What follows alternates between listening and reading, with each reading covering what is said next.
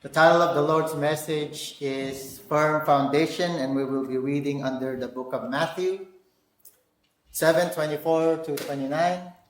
Therefore, whoever hears these sayings of mine and does them, I will liken to him to a wise man who built his house on the rock.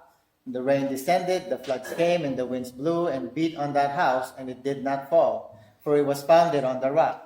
But everyone who hears these sayings of mine and does not do them will be like a foolish man who built his house on the sand. And the rain descended, the floods came, the winds blew and beat on that house, and it fell. And great was its fall. And so it was when Jesus had ended these sayings that the people were astonished at his teaching.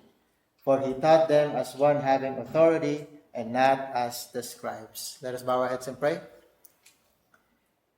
Dear Heavenly Father, again, we just want to thank you for another day to worship you, to give you glory, and to learn from you, O Lord Jesus. Thank you so much for always being with us. And by your Spirit, O Lord God, please speak to us once again.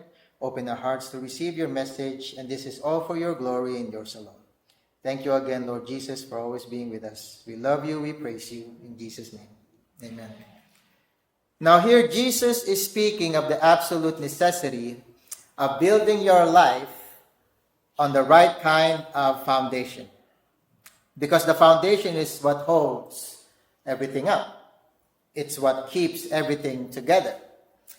Now, no matter what quality of materials you use, no matter how carefully you join the frames together, no matter how skilled your craftsman may be, if the foundation is not solid and stable, your house will lack its integrity.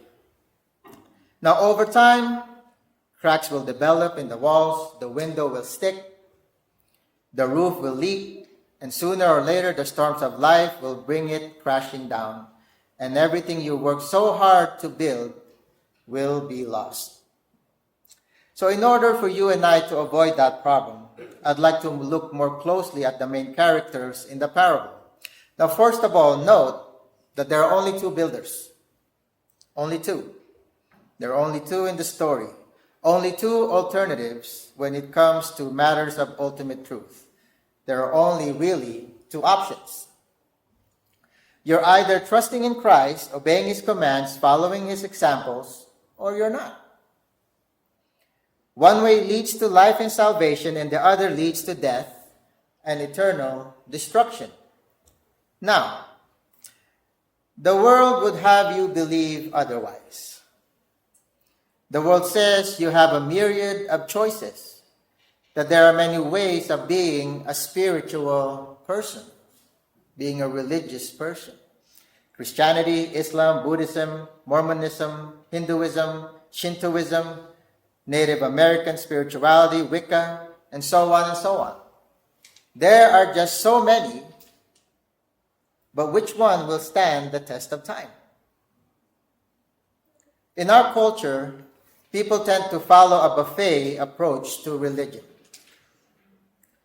picking and choosing elements from various traditions which they find personally meaningful. Oh, I like this one. I'll use this one in my life. Right? But God doesn't see it that way. According to the Bible, there aren't many ways, all of them more or less equally valid and equally beneficial. But according to the Bible, there are only two ways: Christ and everything else. Okay? Christ and everything else. One way leads to life and the other leads to death. Only two. Two builders were introduced in this story by two different men. By all appearances, they may look the same.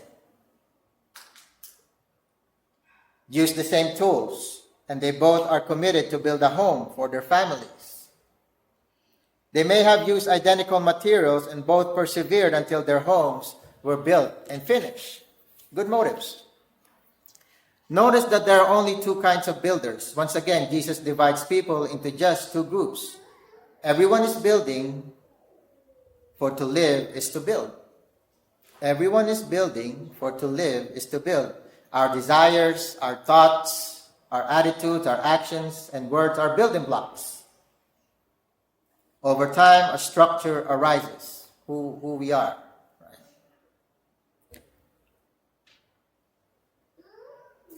the question becomes, are you building to last or to crash? Are you building to last or to crash? Now here's a familiar story of two men building their homes, or shall we say their lives, right? Both men had access to the same material. Both had choices as to where and to how to build their homes, their lives. But one man's house stood while the other man's house collapsed in the great storm, let's say judgment. The difference was in the foundation, relying on Christ or relying on themselves. One built on the rock, the eternal rock, and the other on the shifting sands of time. My talents, what I know, right? Two houses, from the outside, both homes appear to be well built. Neither look to be defective. Looks good, right? One house may have gone up quicker than the other, but both looked quite secure and sturdy in good weather. Well built. The weather's good. The houses are finished and furnished, but there's a huge difference between them. Now here's the point. The difference between two lives is not always obvious. At first, on the surface, the houses look about the same, at least when the sun is shining. But when everything is going well, they both look good. Our passage pictures a contrasting response to the Word of God and the outcome for obeying or not obeying the Word. The story stresses the importance of obedience to Jesus' Word. Jesus gives special emphasis to the foundation of His Word with Himself. All human beings are building. All builders choose a foundation, who we believe, who we trust, who we rely on. All foundations will be tried, will be tested. Only one foundation will stand the storm of judgment. There is no eternal foundation other than Jesus Christ, the rock of all ages. Nothing. Outside of Jesus, nothing. This parable or story applies to the lifelong process of building a godly character. We are all building a life. Every cherished ambition, every formulated thought, every thought-filled word, every responsive action is a block in the gradual building of the structure we raise up as our life. So everything we do has its meaning. Everything we do has its approach, its destiny.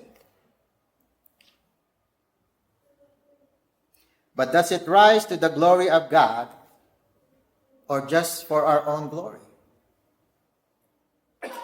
Does it rise to the glory of God or for our own glory? 24 to 25. Therefore, whoever hears these sayings of mine and does them, I will liken him to be a wise man who built his house on the rock. The rain descended, the floods came, and the wind blew and beat on the house, and it did not fall, for it was founded on the rock. Now, Jesus presented the two options open to his listeners. Each is responsible for what they had heard and must make a choice. So they heard it, right? They were listening to the great teacher. So what's the response? They could build on one of two foundations. One foundation was likened to a solid rock, and the other to sand. The foundation determines the ability of a structure to withstand the elements: rain, water, winds, storms. So which one will last long? Will last forever. Jesus calls the person wise who builds his life upon the rock. Now notice, though, that no one actually builds upon the eternal foundation of Christ until he or she acts or obeys the word of Christ. Did you get that? Okay, let me say that again. Notice that though no one actually builds upon the eternal foundation of Christ until he or she acts or obeys the word of Christ. No one. No one builds or benefits from the word until he or she acts upon it in obedience. So you heard it. So what now? What are you going to do? You heard God's command. So what's the next step? Obey it, ignore it. Profession does not avail unless one does the will of God. Okay? Profession does not avail unless one does the will of God. You see, anyone can profess. That's why we have so many religions, so many beliefs. Anyone can profess, but only the one who obeys will shine through. He or she is the real deal, the true believer. The wise response to the message of the kingdom is pictured as building one's house on the bedrock. 25. The rain descended, the floods came, the winds blew and beat on the house, and it did not fall, for it was founded on a rock. We assume that if someone is hardworking and energetic, they must be sincere, right? They must be sincere Christians. They must be close to God if they're doing so much for the Lord. You can see the faithfulness, right, in their actions. And so we make ministry involvement and mark that as spirituality.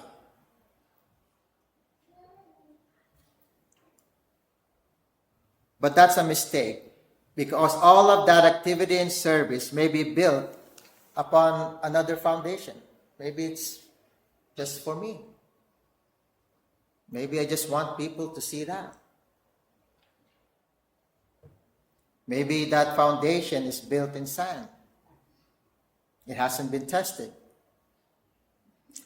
They could be doing all those things for all the wrong reason. It may not be obvious that those reasons are, just as it may not be obvious of what kind of foundation is underneath the house. But in the end, the true motivation will become apparent. Eventually, it will show. Right? Because it's hard to show appearance. Eventually, in the end, it will show. Now, friends, church, even the most costly service and the most strenuous labors won't save you. Okay? It won't save you if the foundational motivation is something other than Christ, other than love. If you were going to build a house, you would make certain that your foundation would stand the test of the elements that comes against it. Now here Jesus is saying, be careful upon what you build your life. Build on something tried, Jesus, and true, Jesus. Build your life on something that's been tried and true. Jesus went through it all. Nobody will ever question what Jesus went through. Build on something tried and true. Establish or found your life upon the rock. Jesus Christ himself is the rock, and he will not be shaken. Now let's apply this to another area of life. What are we doing to stay spiritually healthy? What are we doing to stay spiritually healthy? Now, I'm not asking what we know. I'm not asking what we know about staying spiritually healthy. There's doing and knowing. Okay? Most of us are well-versed. We know the Bible from cover to cover. We've read it. We've read it. And the thing is, if we have read it, we stand mostly in trouble if we're not obeying what it says. Most of us are well-versed on that subject. We're familiar with much that our Lord said to us in his word. But what are we doing about it? So we've read it. We read it every day. Right? We have devotionals every day. But what do we do? What do we do about it? See, the wise person doesn't just hear. He hears and does something about it. We do wrong when we fail to do what is right. There's got to be a reason why Jesus is teaching, right? Was it for his own good? No, it's for the listener, for the Christian. Symbolically, the rains, the floods, the winds represent the troubles, the problems, the trials, the severe dilemmas, persecution, tribulations, and calamities of life. The one who builds upon the rock by not only hearing but doing the Lord's teaching will find him their support and the rock of refuge in distress of time. So you will cling on the one who stood still. Even the sudden unexpected storms of life will not totter or end you. Because I know where I stand, right? I know who is holding me up, keeping me firm. I know where I stand. That is Christ. 26 to 27. But everyone who hears these sayings of mine and does not do them will be like a foolish man who built his house on the sand. The rain descended, the floods came, and the winds blew and beat on that house, and it fell. And great was its fall. It never made it. Verse 26 is an implied warning to those who refuse to obey.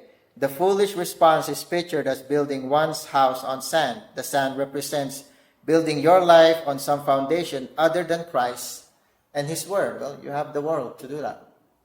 You have the world to feed you that. Who is the one who builds his house upon the rock? It says, the one who hears the word of the Lord and does them. Who is the one who builds on the sand? The ones who hears His word but doesn't do or act upon them. Foolish. That's what Jesus says, foolish. He is building his or her existence upon the sand. He or she did not dig around to see if there was solid reality upon which this visible world was founded. Who do you trust? The one who created everything. The one who created everything. You see, we have such a need to hear these words of Jesus because Bible students are great danger of being foolish men and women who wrongly conclude that because they are hearing the truth and agreeing with the truth, they are automatically practicing the truth. So there's a difference, right? There's a big difference. You hear it, you're listening, but what then? See, the wise man not only hears Jesus' word, but also puts them into practice. The house stands when the storm comes. The believer stands when the storm comes. If you are building your life upon anything other than living out the word of God, you are building a ruin. Outside of the word of God, you are building a ruin.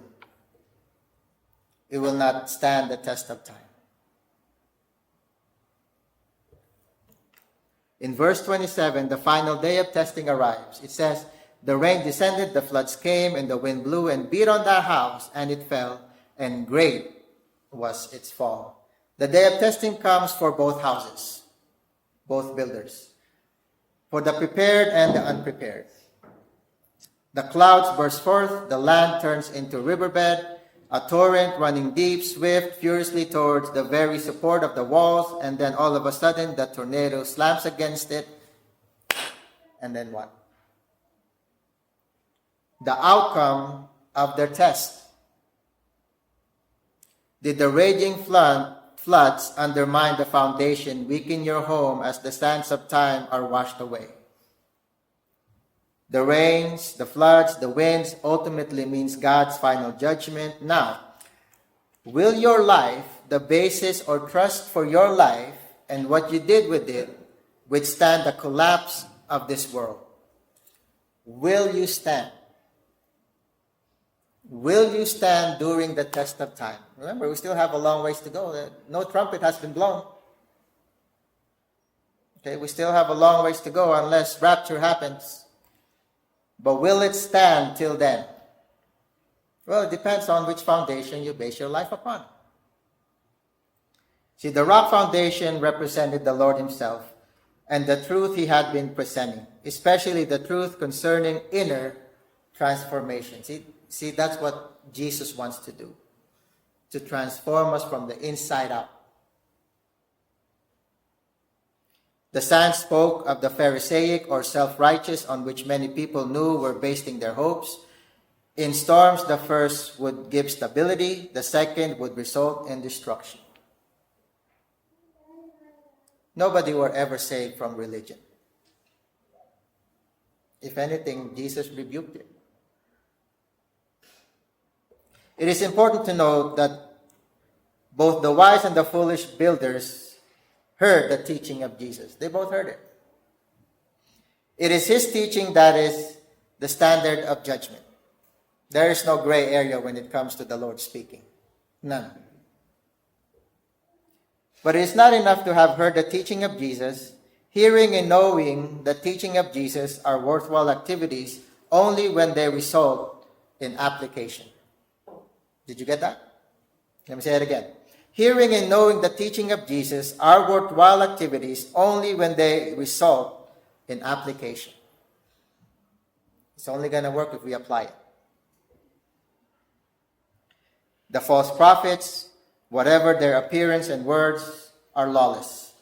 You see, the wide gate, though attractive, leads to destruction. It's pretty, and everybody finds that road. But the narrow gate is hard. There is real danger in every generation that people will hear Christ's word and not act upon it.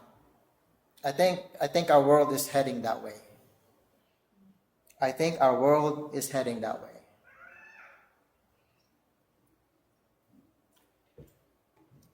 We should ask ourselves and examine our life to see if it is built upon living out God's eternal will. Only we would know. I don't know what's inside your heart. My job is only to preach. My job is only to deliver. But God knows. And God is still giving you time. God is still giving you time. Because He is a merciful God. Now here's a short story. A heavy rain had stopped falling just before a man drove down a lonely road.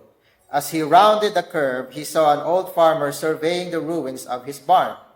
The driver stopped to ask what happened. Roof fell in, said the farmer. Leaked so long, just rotted clear through. Why didn't you fix it before it got so bad? Asked the stranger. Well, sir, replied the farmer, I just never seemed to get around it. When the weather was good, I didn't need to do it. And when it rained, it was too wet to work on. See, it's easy to think that someday I'll get to work for Jesus. Like I have all the time in the world. Right?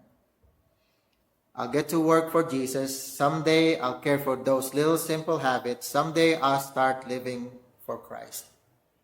Someday. For how long? For how long is the someday?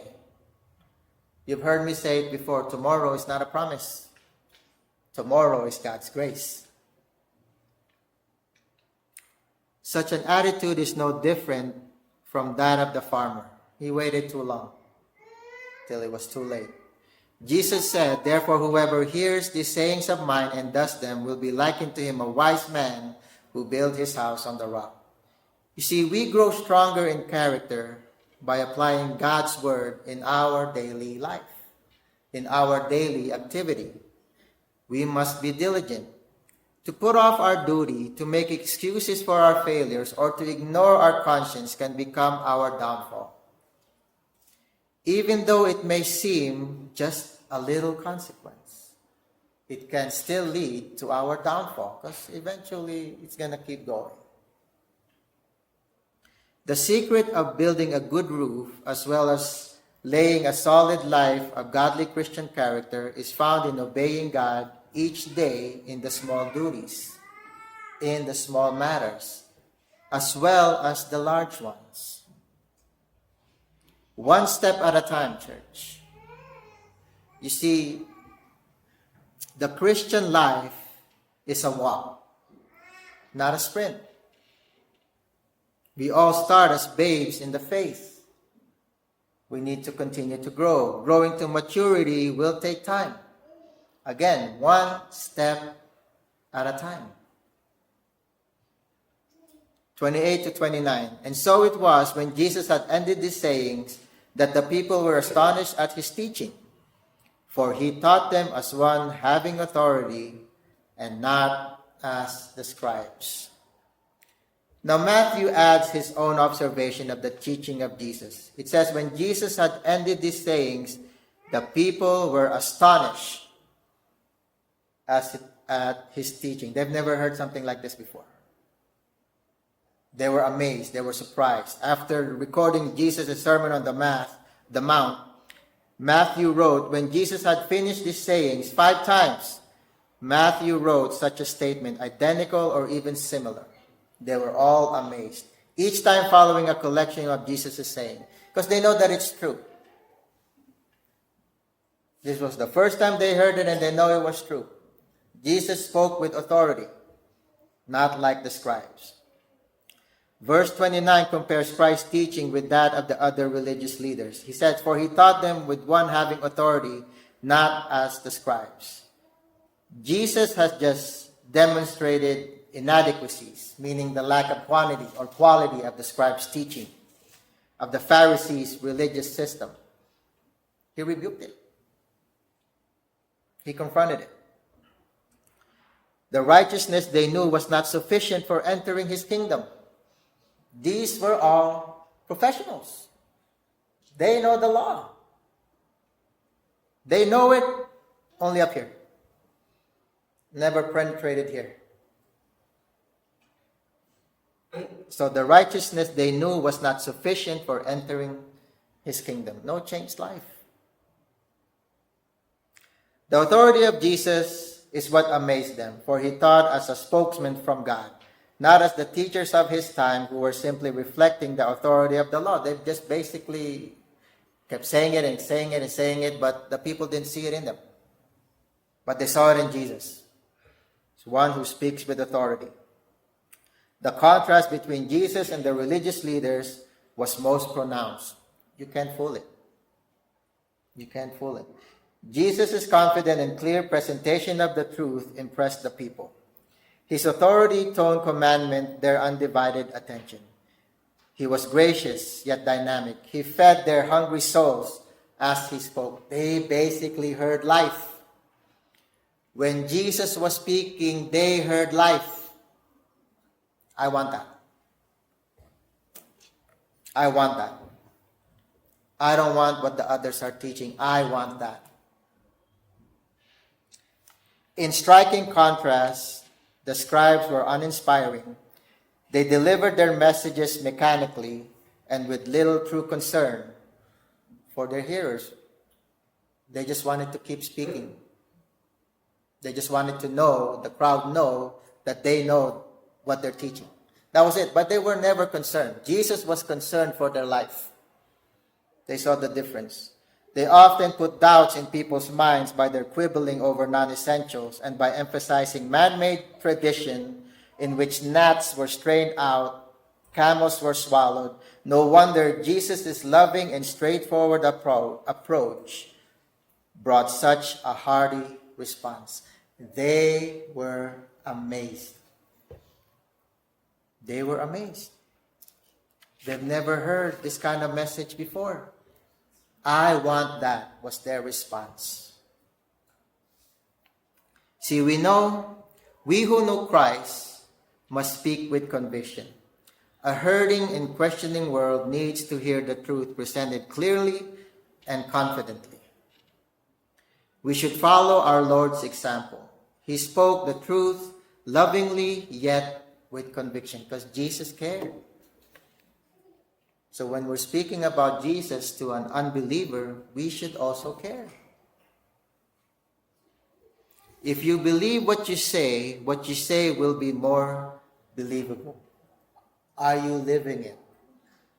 Are the people you're speaking to, are they going to believe you because they see the love for Christ in you?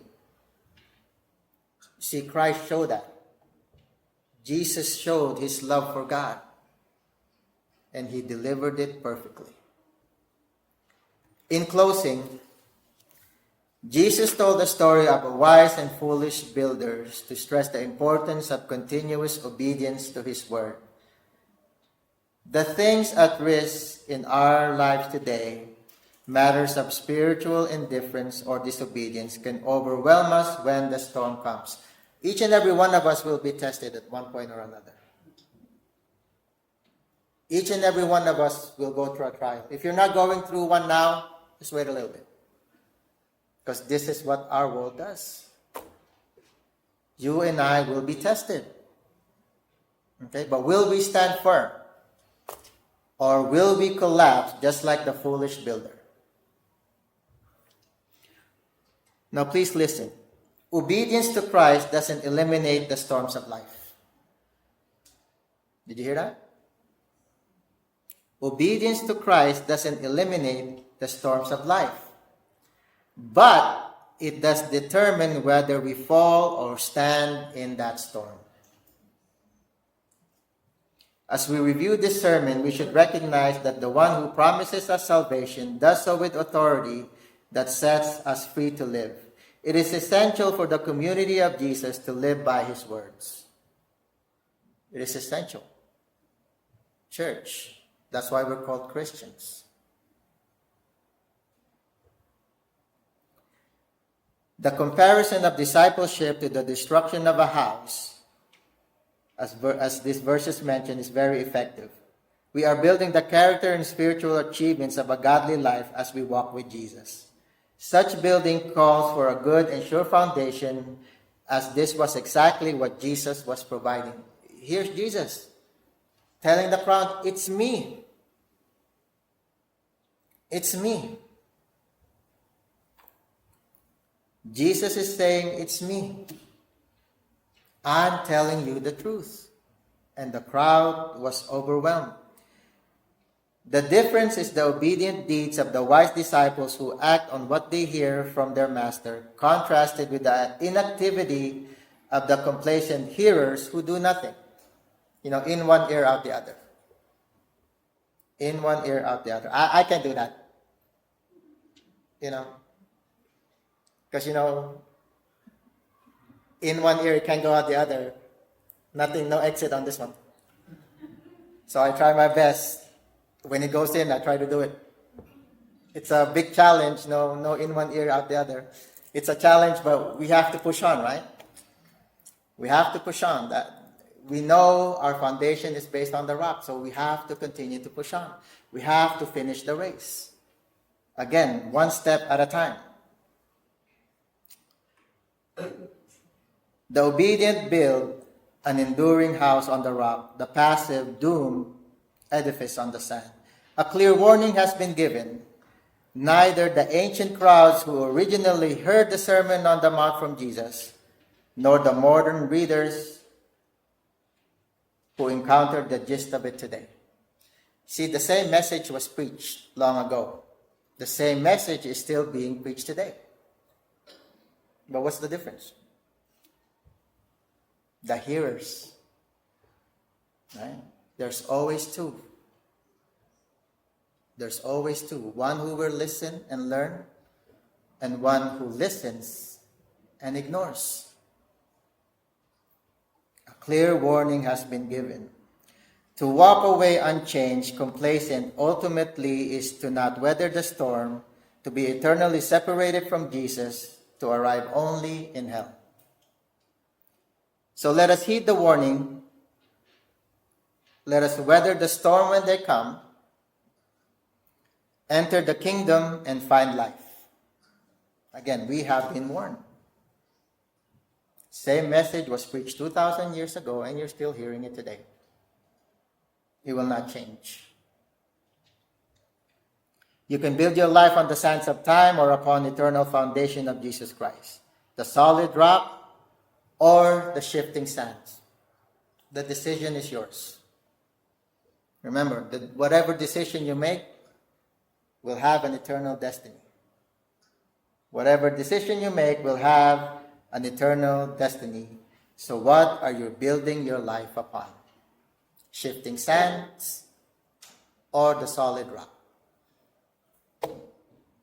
Let us bow our heads and pray. Dear Heavenly Father, we just want to thank you again for your message. Thank you for your words of truth. Dear Lord Jesus, thank you for always being with us, for you are our strength. You are our life. Dear Lord Jesus, you're the one that holds us firm. You are the one who keeps us strong. You are the one who gives us eternal life. Your words is what feeds us each and every day. Your words is what gives us life to keep moving. Your words and your teaching, O Lord Jesus, is what will change us each and every day. So thank you, Lord Jesus, for always speaking. Thank you. Thank you for always being with us. Thank you for everybody here that has heard your message that was preached 2,000 years ago. And we're still hearing it today, and it still remains true. Again, dear Lord Jesus, we thank you so much. We love you with all our hearts.